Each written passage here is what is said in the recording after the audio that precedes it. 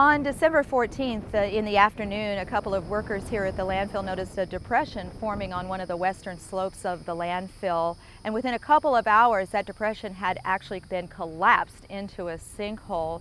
Over the next couple of days, it widened. It's been fairly stable, though, for the last couple of months until the grouting work took place. About 2 weeks into the grouting, the sinkhole settled. And that is that the sides of the sinkhole sloughed off, so it's steeper vertically, and the bottom also dropped about 10 feet. This was not unexpected. What happens during the grouting process is that the work creates pressure in all directions as the cement is being pumped through those casings and then underneath that plug.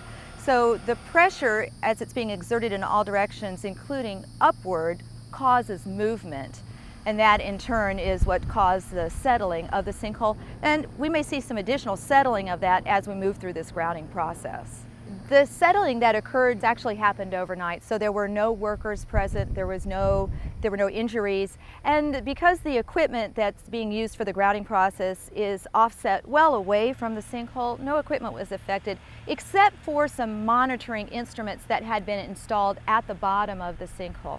The purpose of the grouting that's taking place now is to stabilize the sinkhole.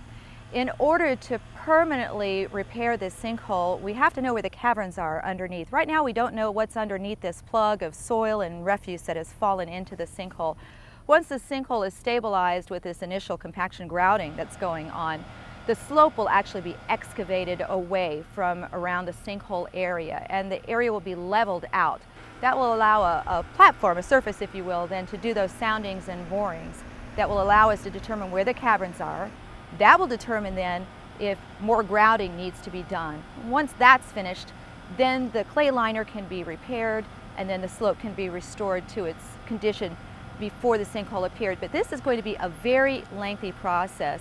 Each one of these steps is very complicated and they have to be taken in sequence.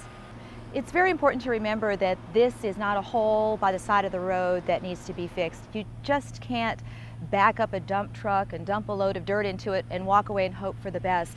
This is a sinkhole in an active landfill where there are workers present, where there are gas collection systems, where there are leachate collection systems. This is a very complex situation. All of the remediation work has to be undertaken very carefully, very deliberately, using very sound engineering and construction principles, and it all has to be done in sequence. This is a complex situation. We're in it for a while, but it's going to be done right.